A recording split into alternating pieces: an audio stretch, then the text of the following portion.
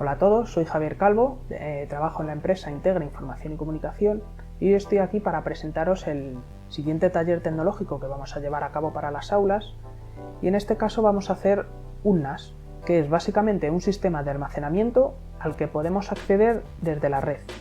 En este caso vamos a acceder desde la red interna, pero podríamos habilitar este servicio para acceder desde un punto exterior a esta red. Lo que pasa que por temas de configuración y lo que implica tocar en el router, nos vamos a centrar solo en nuestra red local. Y con esto pues podremos acceder a ficheros, a contenido que tengamos en nuestro sistema de almacenamiento, en este caso un disco duro, desde cualquier dispositivo, ya sea un móvil o un ordenador que esté conectado a la misma red. Así que nada, voy a presentaros los materiales que vamos a utilizar. El elemento principal va a ser una Raspberry, en este caso es una Raspberry Pi 4 con 8 GB de RAM, pero también os podría servir una Raspberry Pi 3, aunque es aconsejable utilizar una 4 por el tema de unos mejores recursos y va a funcionar mejor el framework que vamos a utilizar, que ya os voy adelantando que es OpenMediaBaul. En este caso, la documentación oficial especifica que por debajo de una versión Raspberry Pi 2B ni lo intentéis, o sea, mejor una Raspberry Pi 3 y si podéis una versión 4. La Raspberry va a ser el elemento principal, nuestro NAS, pero como sistema de almacenamiento vamos a tener un disco duro. Yo en este caso es un disco duro viejo de un portátil que tenía por ahí y le voy a poner un adaptador SATA a USB, y esto va a ir conectado directamente a la Raspberry. También podéis utilizar un disco duro externo de estos que ya vienen con la carcasa y salida USB.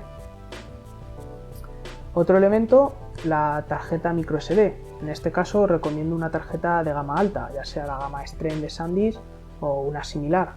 Aquí va a estar instalado el sistema operativo y el framework que vamos a utilizar, y vamos a notar una gran mejora si utilizamos una tarjeta con velocidades de lectura y escritura altas. Vamos a necesitar también un cable de red. En este caso vamos a conectar directamente la Raspberry Pi al router principal para dotarla de acceso a la red. Y bueno, finalmente la alimentación de la Raspberry y un adaptador. En este caso voy a utilizar un adaptador USB a tarjeta micro SD, simplemente para poder quemar aquí la imagen del sistema operativo. Y bueno, una vez que ya están presentados los materiales, vamos a empezar con el proceso de instalación.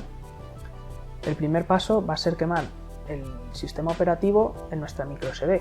Para ello pues la cogemos, la metemos en el PC con el adaptador que tengamos, y vamos a utilizar una herramienta que se llama Raspi Imager.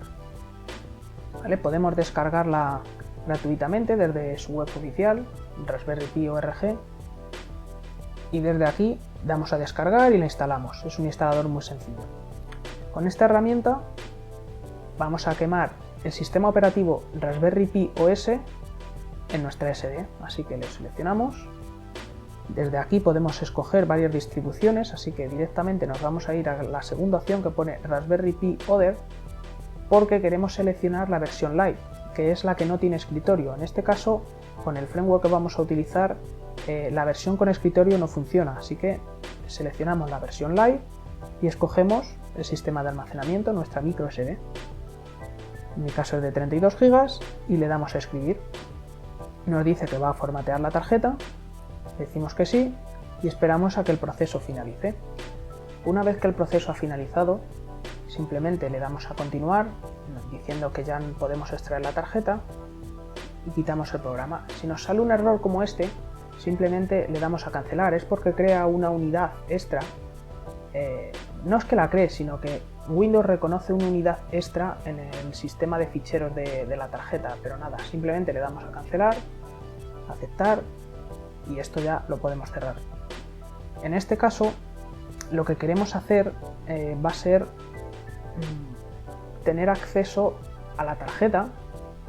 En este caso no está, para comentar un truquillo que sirve para que podáis tener un acceso SSH, es decir, directamente a la consola de la Raspberry sin depender de un teclado y un monitor.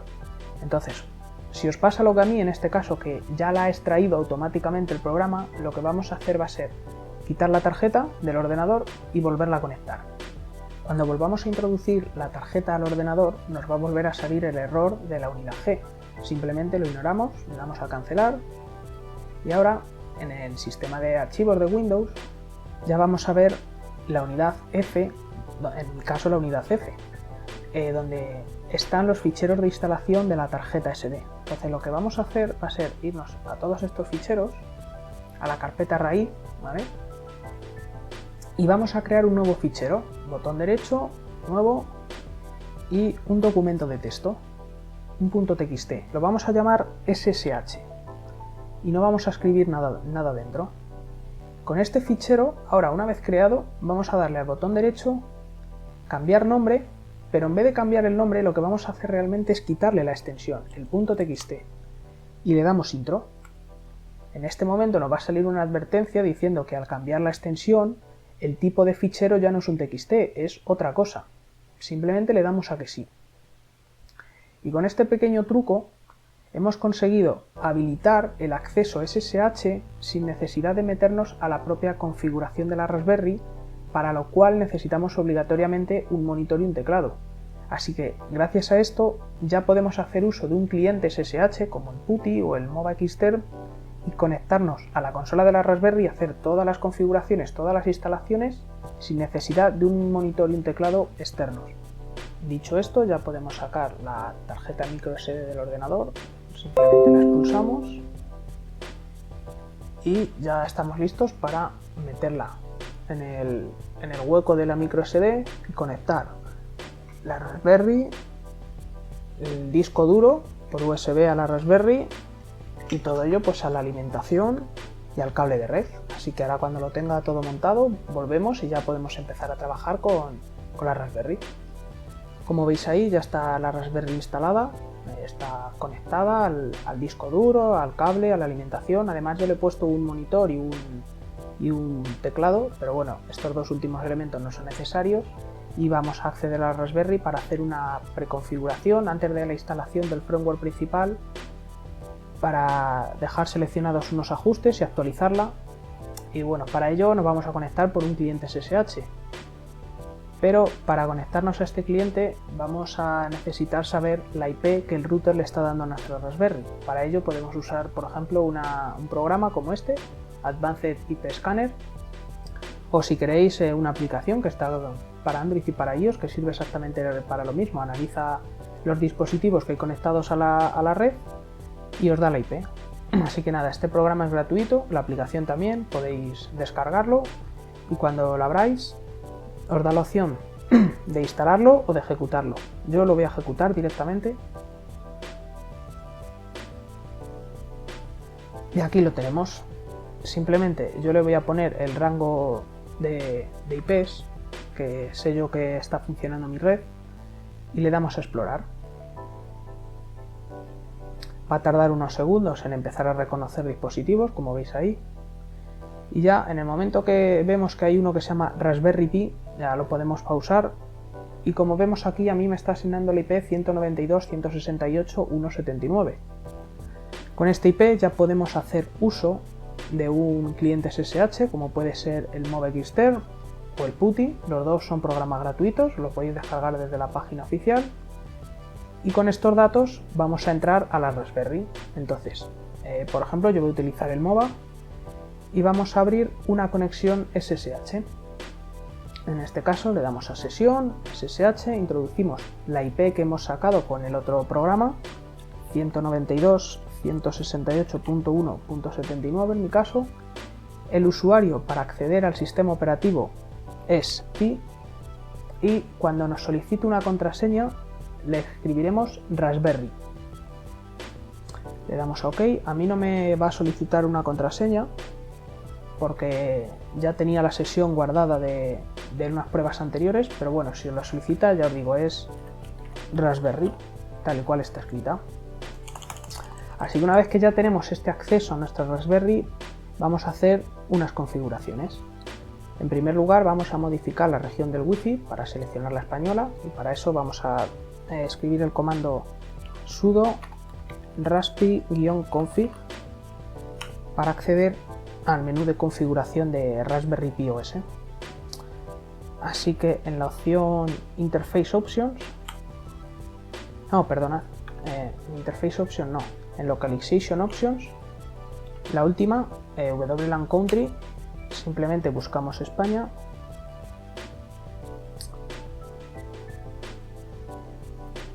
A ver si me lo he pasado, sí, aquí está, España, le damos a Intro y ya se ha seteado España. Aquí le podemos dar a la flecha derecha para darle a Finish y nos pide que reiniciemos la Raspberry, así que decimos que sí. Se nos cerrará la conexión SSH mientras la Raspberry se reinicia y cuando vuelva a estar habilitada volvemos. Ahora que han pasado un par de minutos y la Raspberry ha terminado de reiniciarse, podemos volver a loguearnos, ¿vale? Aquí ya, como veis, no ha hecho falta volver a poner usuario y contraseña porque el MOBA ya os lo guarda. Y lo siguiente que vamos a hacer es actualizarla. Entonces, lo primero, vamos a buscar estas actualizaciones con un sudo apt-get update. Esto no va a tardar mucho.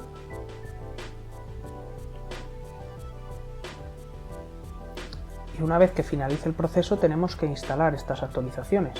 Para ello vamos a utilizar el comando sudo apt-get upgrade. Esto va a tardar un poquito más. Si nos pide alguna confirmación, como es en este caso, le decimos que sí. Le damos a intro o escribimos la Y, lo que queráis. Y esto va a tardar unos minutos en actualizar toda la Raspberry. Cuando esto esté, tenemos que reiniciarla. Como veis aquí, ya ha acabado de instalar todas las actualizaciones, así que, como he dicho antes, vamos a reiniciarla con el comando sudo shutdown -r espacio now. Empezará a reiniciarse, nos ha sacado otra vez de la conexión SSH y pasados un par de minutos volveremos a conectarnos. Pues con la Raspberry ya reiniciada volvemos a entrar a la consola y ya estamos preparados para instalar el framework que nos va a convertir nuestra Raspberry en un NAS. En este caso vamos a utilizar OpenMediaVault y para instalarlo vamos a utilizar un script que lo va a hacer todo automáticamente y para ello vamos a escribir el comando que tengo aquí. Ok, este lo escribimos tranquilamente y le damos a intro.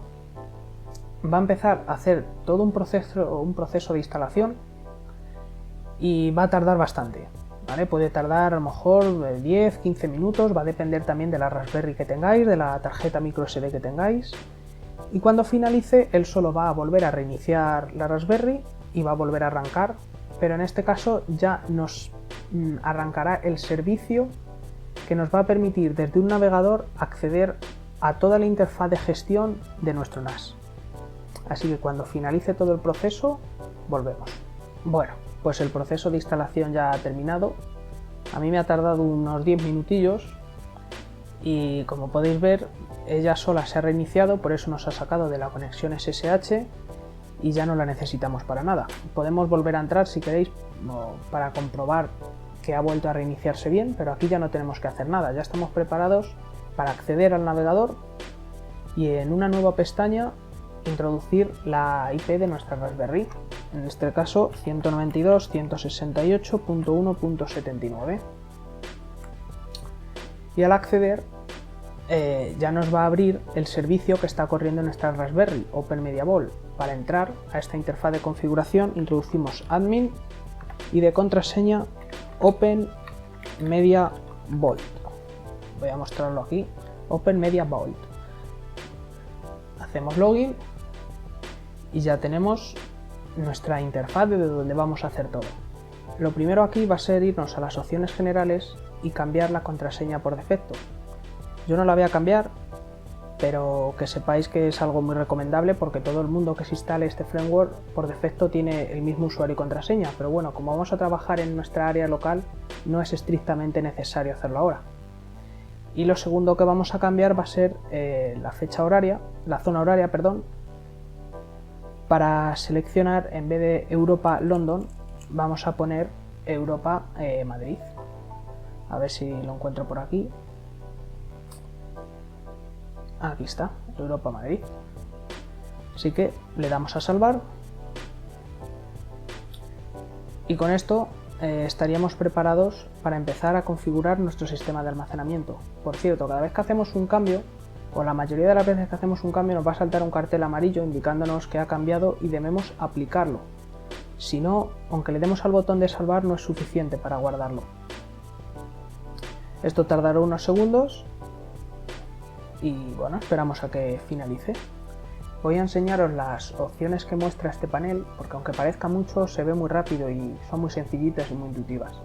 Las opciones generales donde podemos cambiar la contraseña de administrador, fecha y hora, que ya lo hemos visto, hemos cambiado la zona horaria, red, donde nos muestra el nombre del equipo, Raspberry Pi, la interfaz, que es por la que está conectada la Raspberry Pi al router por el protocolo DHCP, es decir, que es el router el que nos asigna una IP. Sin embargo, no nos muestra la IP que nos está dando, no sé por qué. Esta opción es por si queremos habilitar un servidor proxy. Y finalmente un firewall por si queremos añadir algún tipo de reglas que denieguen, por ejemplo, el acceso a determinados usuarios a nuestro NAS. Aviso para seleccionar un servidor de correo e indicarle el correo donde queremos que nos lleguen los avisos. Y aquí tenemos el tipo de avisos que hay, por ejemplo, avisos sobre el sistema de ficheros, sobre el estado del disco, el uso de la CPU, la memoria, etc. El manejo de energía, como bien dice aquí, especifica si se monitoriza el estado del sistema, está activado por defecto, podéis dejarlo.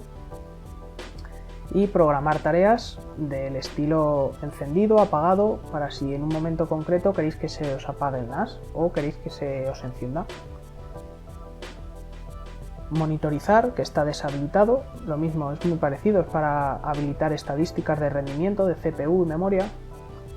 Certificados, en este caso es por si queremos incluir certificados SSL o SSH para que las conexiones a nuestra Raspberry vayan cifradas y sean seguras. Tareas programadas es similar a las tareas que hemos visto antes, pero en este caso nos permite también añadir algún comando, por si queremos hacer algún borrado de un fichero o una actualización o lo que sea. No necesitamos aquí tareas programadas, gestión de actualizaciones. Aquí nos muestra los componentes que tiene instalado OpenMediaVault y si hay actualizaciones podemos simplemente darle aquí y la instalamos. Plugins para añadir componentes adicionales, esto lo veremos más adelante, para añadir un servicio de DLNA. Y un par de extras que es similar a los plugins, pero son extras concretos de Docker y Cockpit que nosotros no vamos a utilizar. Luego en el apartado de almacenamiento pues tenemos los discos, que lo veremos a continuación más detallado, los discos de almacenamiento y la SD donde está instalado. Smart, por si queremos realizar algún tipo de análisis al sistema de almacenamiento, en este caso el disco duro. Como podemos ver, aquí tenemos el dispositivo que nos conecta y pruebas programadas para añadir este tipo de análisis en el disco. Gestión de RAID, por si queremos montar distintos discos en la propia Raspberry y montar un sistema de RAID. Un sistema de ficheros, ¿vale? Esto lo veremos, como digo, más adelante. Y la opción Flash Memory, por si en vez de poner un disco duro lo que queremos hacer es poner USBs como sistema de almacenamiento. Pero bueno, esta es una opción ya más compleja que requiere más configuración, yo no la recomiendo para empezar. El tema de permisos de accesos para ver los usuarios que hay, ahora mismo solo he creado uno que se llama Pi, que está metido en todos estos grupos. Luego, posteriormente os enseñaré cómo crear más usuarios y grupos por si queremos limitar el acceso al NAS a determinadas personas, amigos, familiares. Carpetas compartidas, que ahora no vemos nada, pero posteriormente veremos nuestro disco. Conjunto de servicios por defecto que vienen, que en este caso se ve más sencillito aquí en diagnóstico, información del sistema, dashboard, servicios. Aquí podemos ver esos mismos servicios si están en ejecución y están habilitados. Vale. Así que en diagnóstico tenemos este panel principal, el dashboard, la información del sistema más detallada, uso de la CPU, de memoria, los procesos que están arrancados en el sistema y estadísticas de rendimiento. Tenemos también logs, los logs que nos va generando el OpenMediaVault y los servicios que os he enseñado antes. Y ya finalmente en información, pues si queréis donar, unas páginas web de soporte, el foro, la API de documentación, y finalmente pues información acerca de la versión de este framework. Así que con esto lo que vamos a hacer ya es empezar a gestionar el almacenamiento, el disco y ver qué podemos hacer. Lo primero que vamos a hacer va a ser gestionar nuestro disco duro. Vamos a ir a la opción almacenamiento en discos y aquí nos va a aparecer el disco que tenemos, yo en este caso por USB con un adaptador SATA.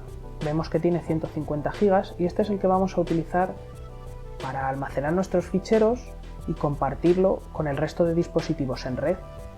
Entonces, nos vamos a ir al sistema de archivos para poder darle un sistema que sea capaz de entender OpenMediaVault, porque seguramente esté formateado en NTFS, que es un sistema de ficheros de Windows, y OpenMediaVault no trabaja con este sistema de ficheros, así que simplemente le damos a la opción de crear y seleccionamos nuestro disco. Si por lo que sea aquí no nos apareciera, es por lo que os digo que es posible que esté en NTFS. Entonces, si aquí no sale, vamos a darle a cancelar, vamos a volver a darle a la opción de discos, le seleccionamos el nuestro y le aplicamos un borrado rápido. La opción de rápido, yo no lo voy a hacer, pero si os pasa, probad a hacer esto y entonces cuando volváis aquí a sistema de archivos, en la opción de crear seguramente ya os aparezca. Le ponemos un nombre, como por ejemplo pues disco pruebas. Y el sistema de archivos, que es lo que os comento, es importante que seleccionemos ESC4, que es el sistema de ficheros general de Linux. Le damos a OK. Nos va a formatear el disco, tened cuidado si tenéis cosas importantes que queráis preservar, guardadlo antes porque si no esto se lo va a cargar. Le damos así y esto va a empezar un proceso para crear el sistema de archivos. Así que cuando finalice, seguimos. El sistema de formateo y creación del sistema de ficheros ya ha finalizado, así que podemos cerrarlo. Y finalmente le vemos aquí, el disco pruebas, lo montamos.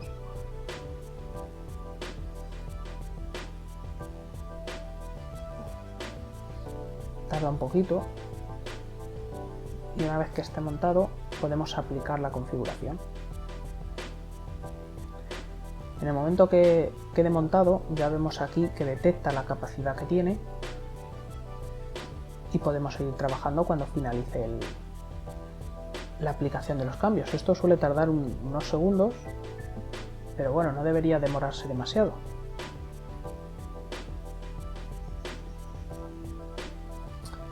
Una vez que ha finalizado, el siguiente paso es darle a carpeta compartida y hacer que este disco de pruebas que hemos generado sea un recurso compartido.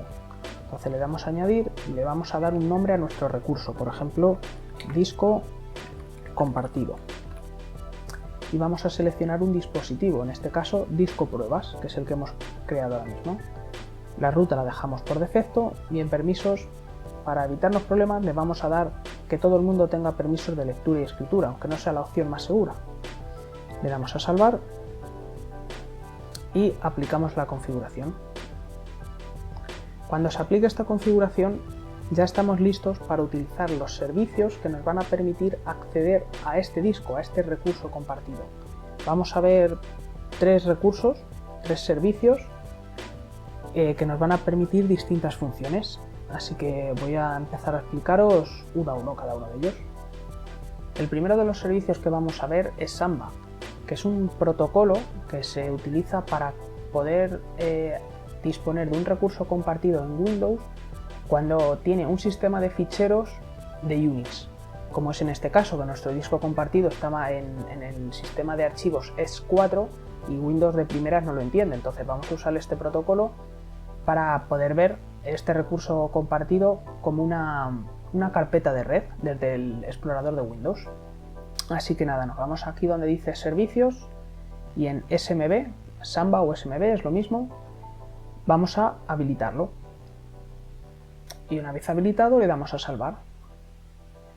Vamos a esperar a aplicar la configuración. Primero vamos a darle a compartidos y vamos a añadir la carpeta compartida que tenemos creada.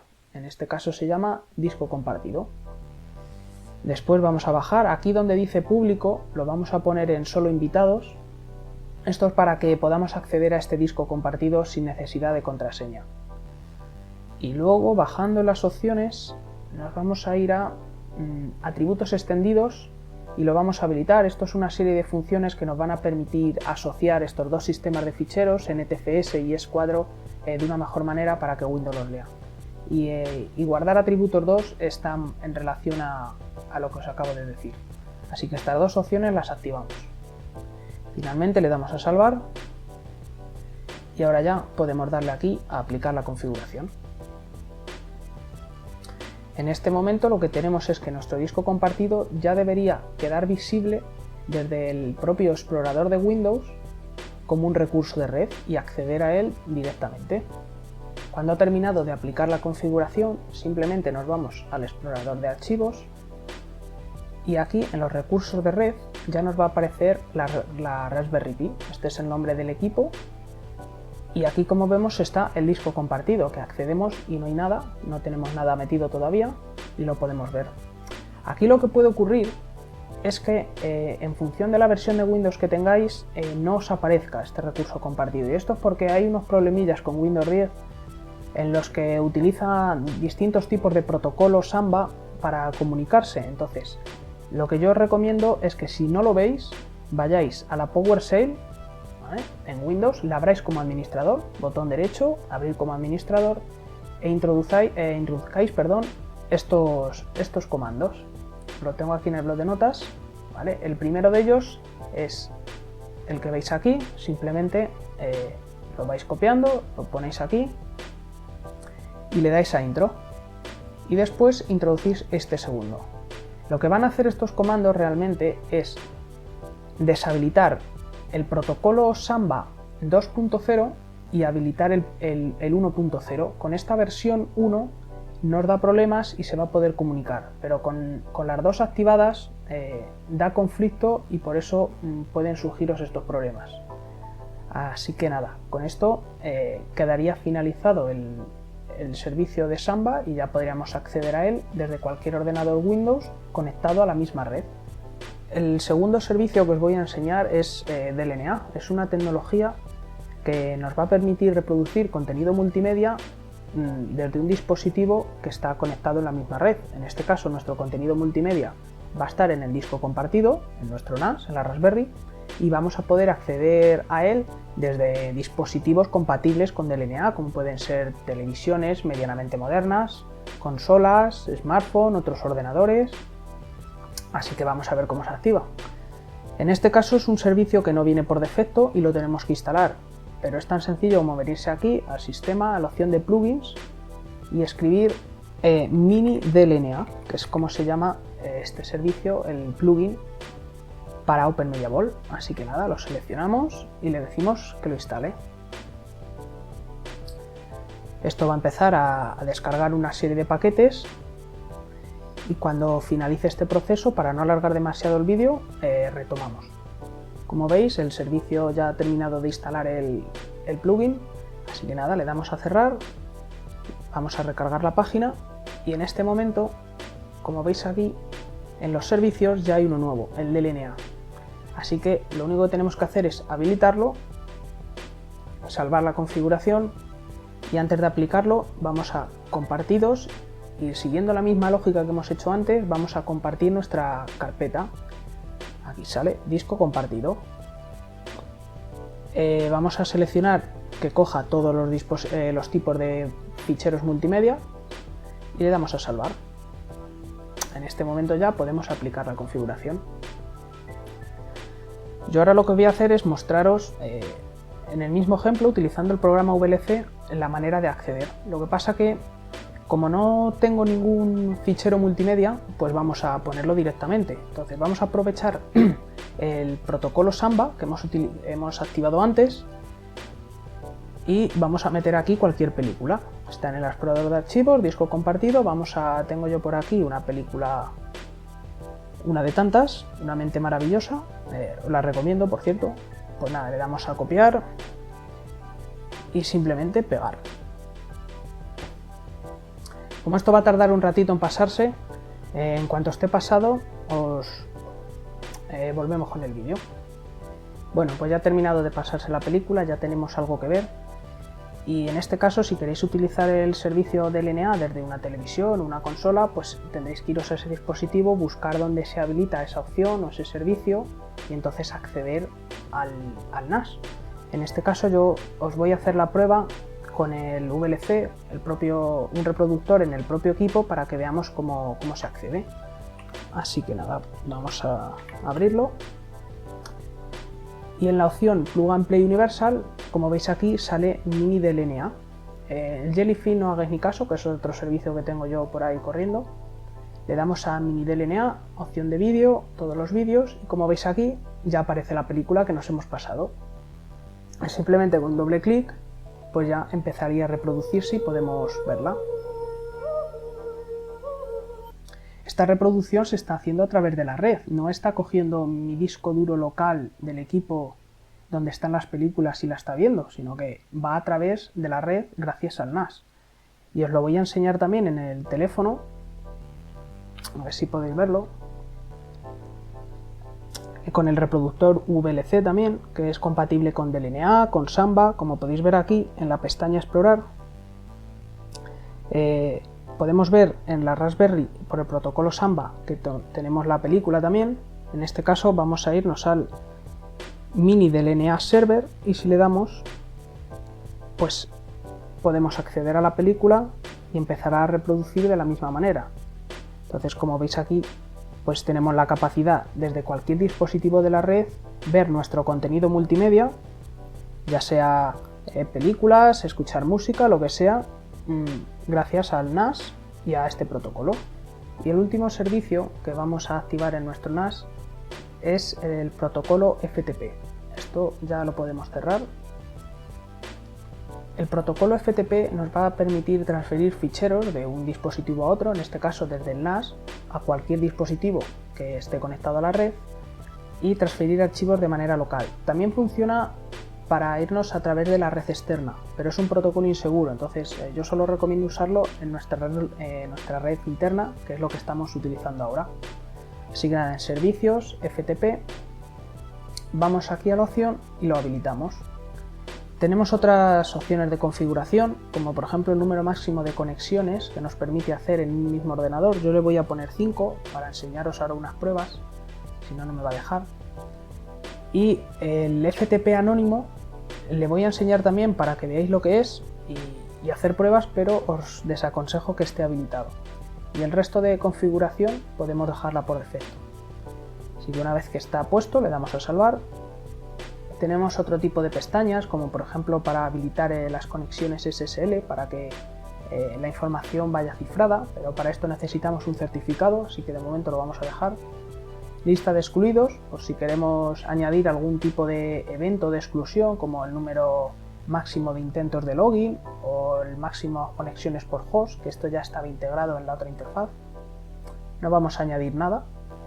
Y finalmente en compartidos tenemos que añadir nuestro disco duro.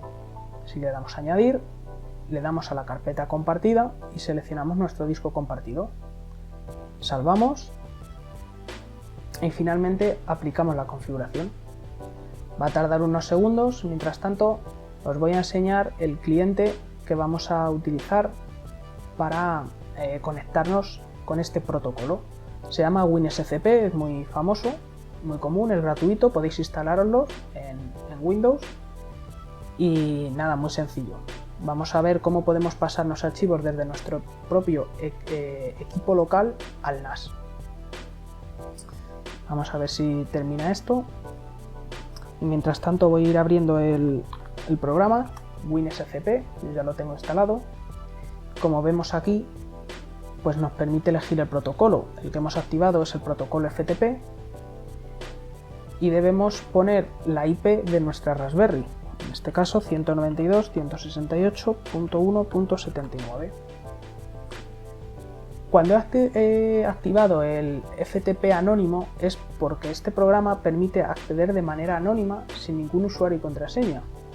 Entonces simplemente conectándonos vamos a revisar si ya ha sido guardado. Sí, ya ha terminado. De manera anónima podemos conectarnos Y como veis, tan sencillo como esto. Lo que no nos permite como anónimo es poder crear ficheros, ¿vale? Si nosotros intentamos crear un fichero en nuestro NAS, para que os hagáis una idea de la interfaz, antes de nada, toda la parte de la izquierda es mi ordenador principal, mi carpeta de documentos, y esto es el NAS, nuestro disco compartido, la parte de la derecha. Entonces, si nosotros intentamos crear algo, por ejemplo, un fichero normal, lo que sea, ponemos aquí hola y le damos a guardar, nos va a salir un error de operación no permitida. Esto porque el usuario anónimo, que no es nadie, no tiene ningún permiso de escritura, pero como vemos tiene permisos de lectura, porque podemos ver lo que hay. Entonces, lo siguiente que vamos a hacer, yo que os recomiendo es quitar la opción FTP anónimo. Yo la voy a dejar puesta para las pruebas, pero bueno. Como realmente nos tendremos que conectar es mediante el usuario y la contraseña con la que accedíamos a la Raspberry, así que vamos a volver a poner una conexión, es 192.168.1.79 por el puerto 21, que es el puerto por defecto de FTP, y en este caso ponemos de usuario pi y contraseña Raspberry. Le damos a conectar, pero como veis en este caso lo que ha ocurrido es que ni siquiera tenemos acceso al disco compartido. Un anónimo cualquiera puede leer, puede tener acceso a ese disco, y nosotros ni siquiera con el usuario y contraseña de la Raspberry podemos tener acceso de lectura. Y esto es porque hay que darle permisos de lectura y escritura al usuario pi. Así que vamos a ello. Nos vamos aquí en la interfaz, permisos de acceso, carpetas compartidas, y en el disco compartido le vamos a dar a la pestaña privilegios. Vamos a ver aquí el usuario pi y el grupo pi, pues a ambos le damos permisos de lectura y escritura. Le damos a salvar y después nos vamos a ir a la pestaña ACL, que es una lista de control. Y de igual manera le damos al usuario pi y al grupo pi permisos de lectura y escritura, y además le vamos a seleccionar la opción de recursivo para que aplique estos permisos tanto al disco compartido como a todo lo que haya dentro de ese disco compartido. Activamos, aplicamos, y una vez que ya esté aplicado, cerramos aquí y aplicamos la configuración. Desde este momento, desde el cliente WinSCP, si nosotros quitamos esta sesión y abrimos una, volvemos a hacer FTP 192.168.1.79, metemos el mismo usuario pi y de contraseña Raspberry. Vamos a revisar que haya terminado la configuración. Está en ello todavía. A ver qué error nos ha salido aquí. Vale, esto que nos ha desconectado del servidor, no pasa nada porque tiene un tiempo límite.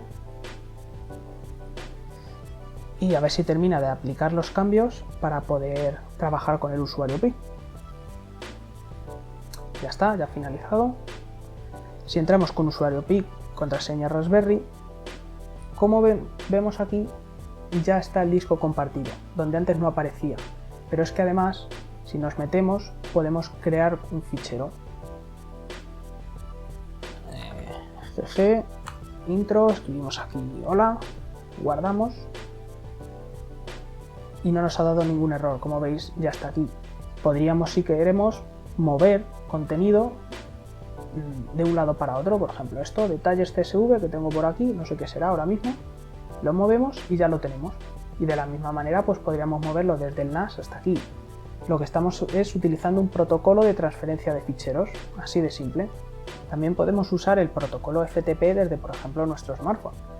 Yo tengo un Android, así que os voy a enseñar una aplicación, en este caso se llama AndFTP, que nos va a permitir enlazar nuestro servidor NAS y utilizar el protocolo para intercambiar ficheros. Así que simplemente le damos al más, ponemos la IP de nuestra Raspberry 192.168.1.79, va a coger el protocolo por defecto el 21.